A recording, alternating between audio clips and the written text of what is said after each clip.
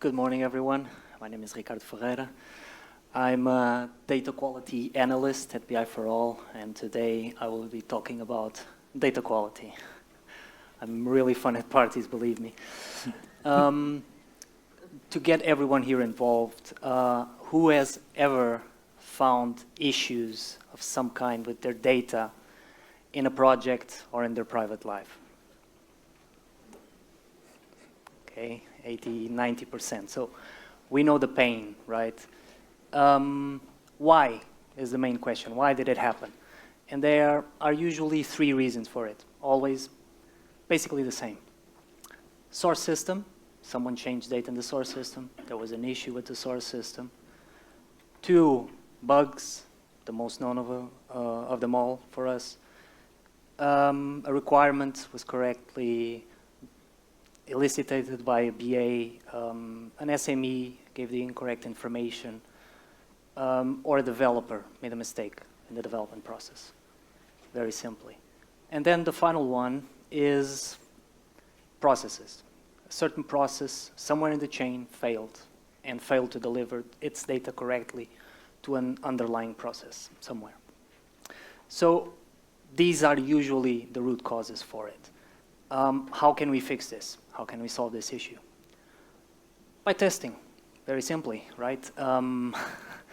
The underlying difficulty here in the tests is that the tests will depend, or the complexity of the test will depend on the layer that we are doing them.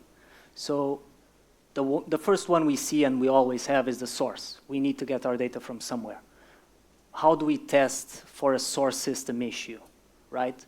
So that is the first layer where we need to validate that we, on our side, so what I call on-premise, that we get the correct information from the source, being it with data validations, so cell by cell, object by object, counts, very simple counts, but those would be the first line of testing that we would have to do.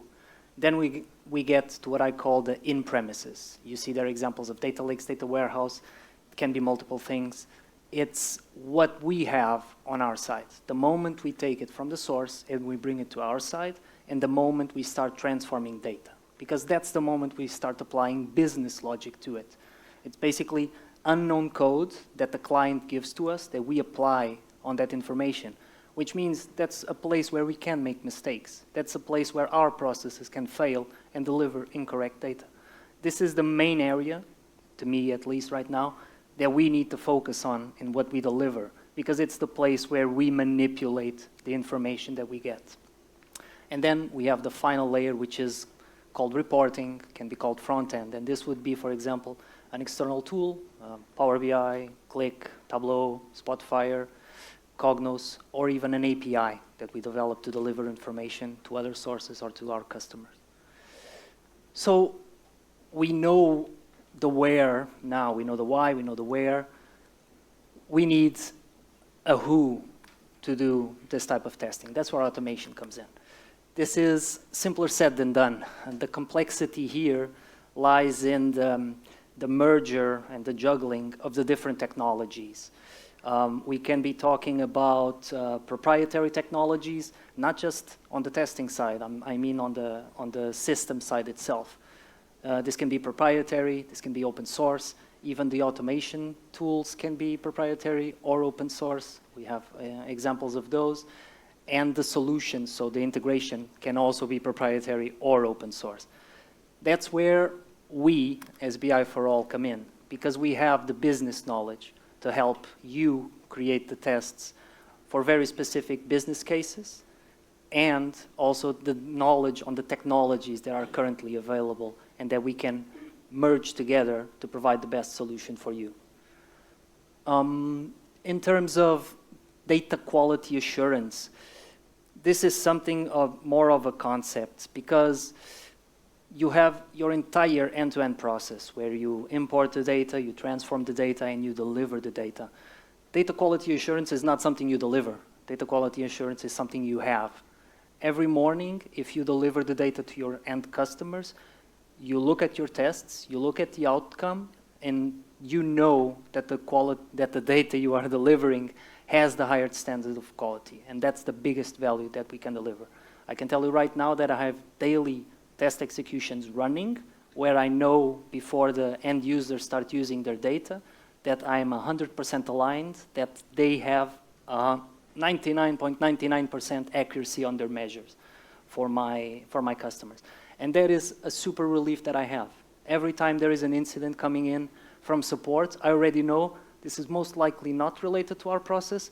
This is something that went bad on the back end. So a process that failed, a source system that wasn't updated, business looking for incorrect information on the reporting layers, so I can immediately react, and it's a completely different conversation. I will hand it over now to my colleagues, and they will give you more specific examples of other situations where test automation comes in handy. Thank you, Ricardo. Hi, everyone. I would like you to think about a digital platform. As a developer, as a business analyst, maybe you are a product owner, a CEO, or even a final user. Now, your platform can be a company website, for instance, or maybe an app that you have installed in your smartphone or tablet. Or you can consider an analytics platform such as Power BI, Qlik, or maybe Tableau, just like my colleague mentioned. Now, picture those moments that you had where you found something that was not working in the way that you expected. Maybe a page not found, an object missing.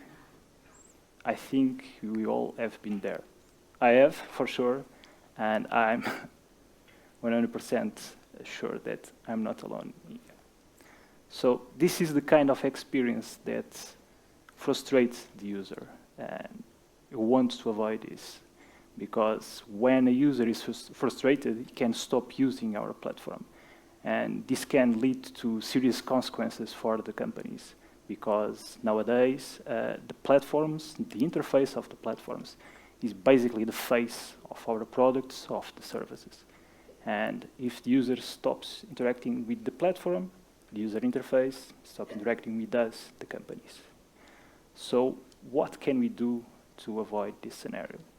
Basically, we need a test framework to avoid this, to guarantee that we have quality in our interface. And for this specific use case, we are talking about user interface tests. And if you look at the classic test pyramid, we'll find this kind of test at the top. And this means that it's expected that you have a smaller set of test case of user interface test case, comparing at least with the other tests that you have in the other layers. But still, you will need this kind of tests.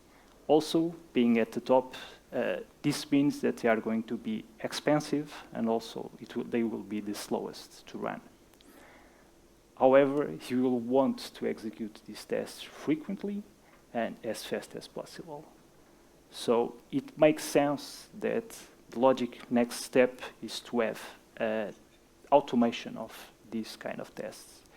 And for that, we recommend a joint solution, solution based on Robot Framework and complemented with Python. So let's start with Robot Framework. So why Robot Framework? So first, it's open source. So this means it's free to use. You don't have any cost on licensing. So it's very accessible. It's also very nice to know that we are not going to have that requirement in the long way. Second, we can say that it's relatively easy to use. So Robot Framework is based on keywords, and those keywords encode the actions that you want to perform in your tests. And in the end, what you're gonna get is a test that will look like an English phrase, because those keywords are basically English words. So even if you don't have a very technical background, you will understand what those tests are doing. And third, this is a very versatile framework. And what I mean by this is you have those keywords available in a large set of libraries. And those libraries will cover the majority of your use cases. But if you have a very specific use case for which you cannot find the right keyword, or you need to fine-tuning in some way, there is no problem. You have Python for that. And you can create your own keyword using Python. And the advantage here of using Python is that it is a very popular programming language, and it will be very robust. And it's also relatively easy to bring value, talent from other knowledge areas to the test automation area. So I think they complement very well. And as you can see, you can have two layers here. One more functional for the people that doesn't have the technical background, and another one more technical, more for developers if you have the need to use Python. So let me give you an example of what you can achieve here with this solution.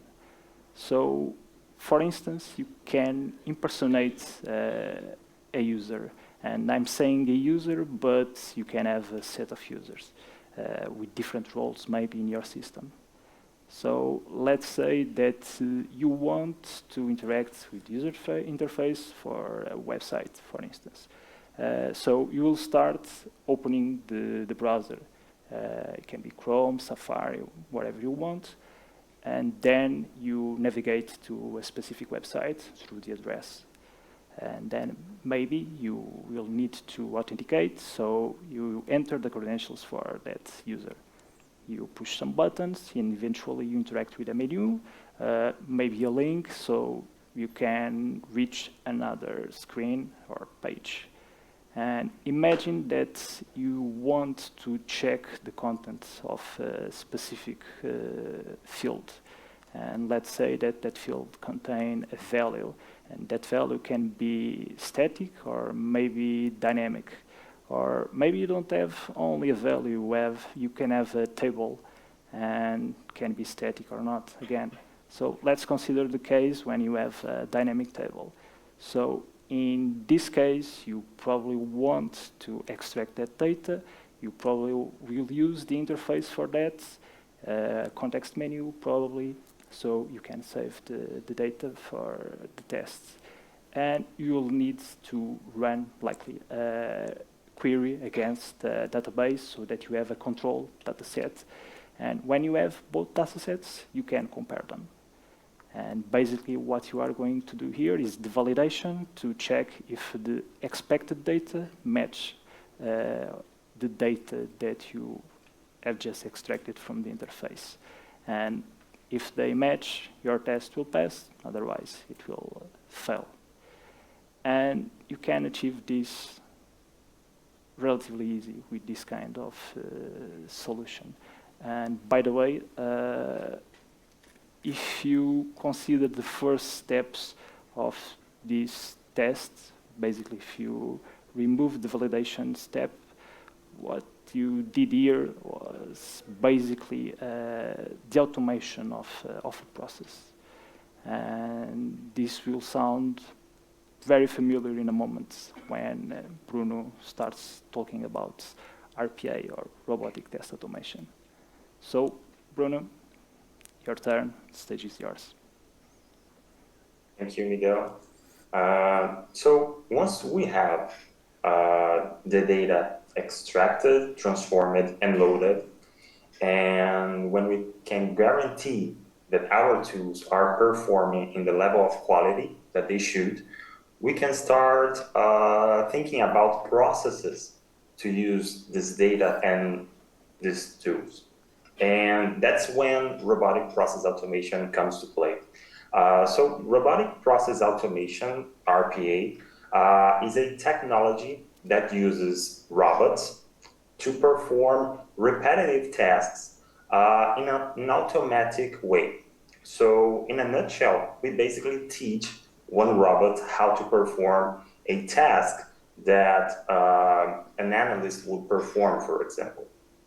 And we have several proprietary companies at the market today. So YPath, Blueprints, Automation Anywhere, Power Automate from Microsoft are the big ones.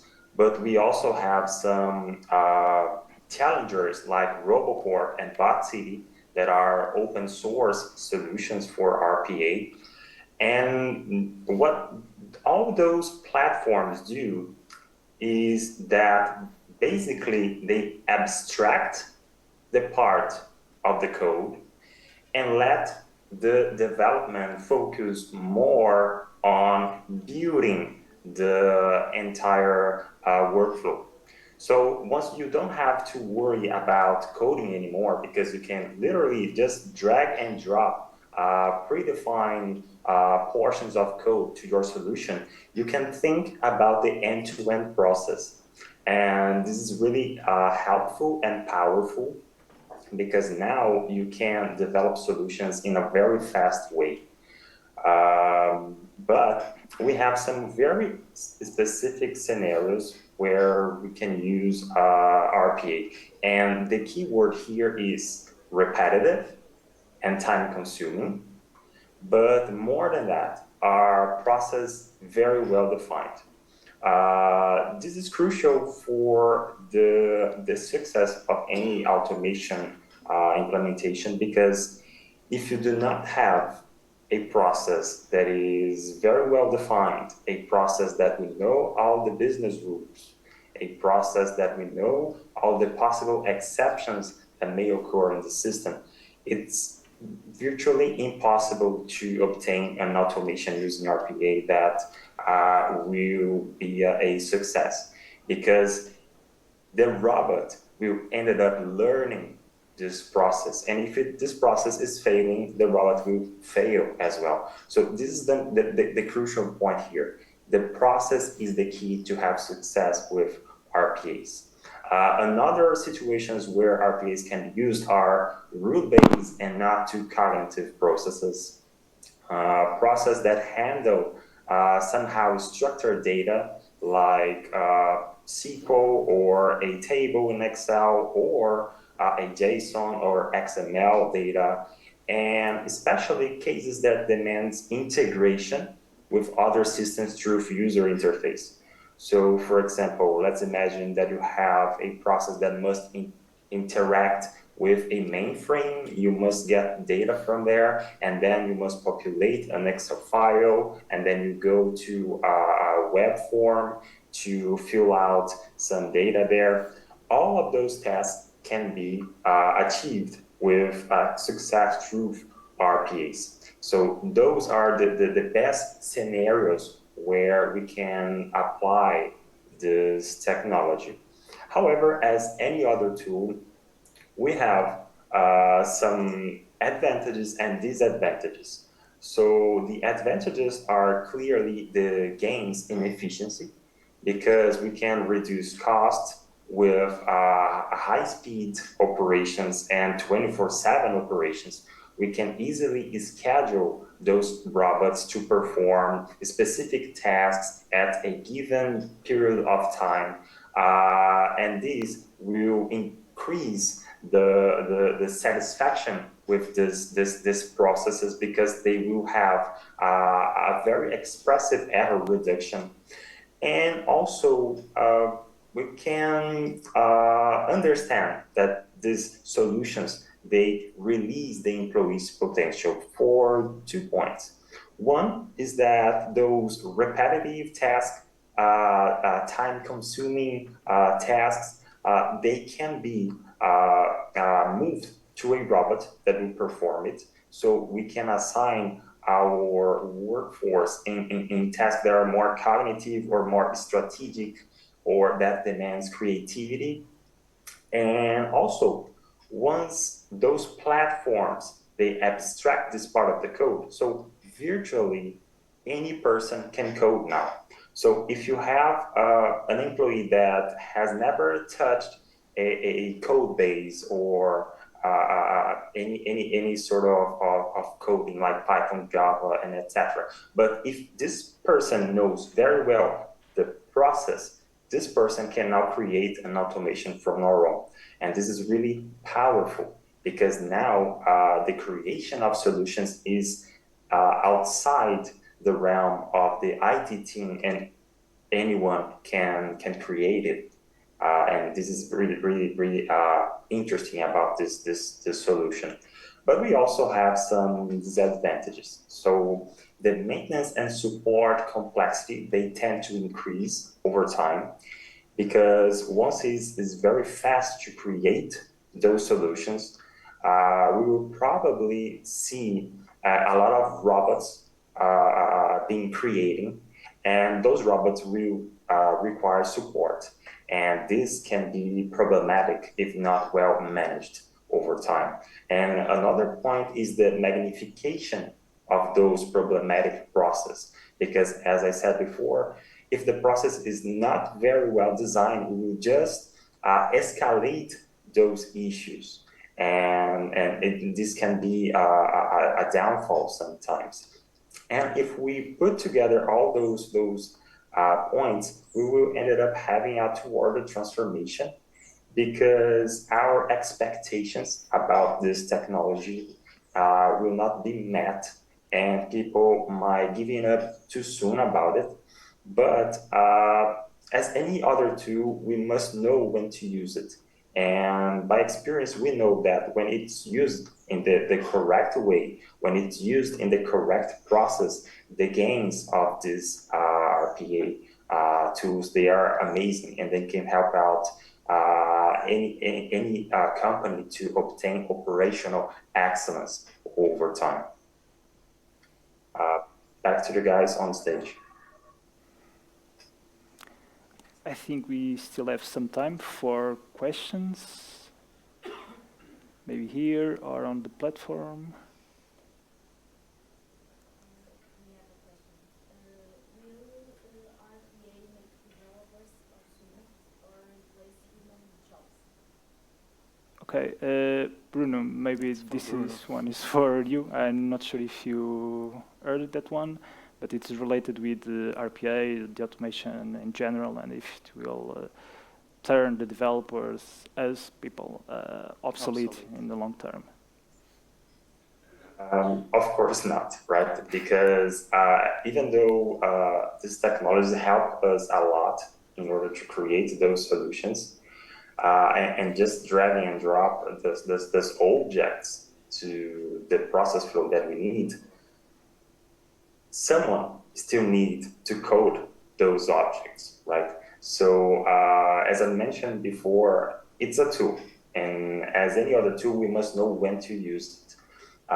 When we have complex situations and you must integrate several tools to solve a problem that normally is a common thing for any company, we will need to have other solutions talking with each other, and for that we will definitely need developers doing this task. So no, it's not turning developers obsolete, and also no, it's not terminating jobs with that, because once we put a robot to perform a time-consuming task, we can reallocate our workforce to other bottlenecks in the company or other scenarios that will help to add more value to the core business. So no, we can be safe.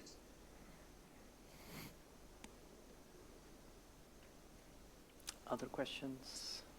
I think there were. No, not anymore. Okay. Maybe I can add just a suggestion regarding automation in general. Don't stop in test automation. Do the next step and integrate everything in your CI/CD, continuous integration, continuous delivery process. It makes sense that everything is integrated in your ecosystem, in your projects. So I think that is the logical next step. Great. Yeah. Thank you. Thank you.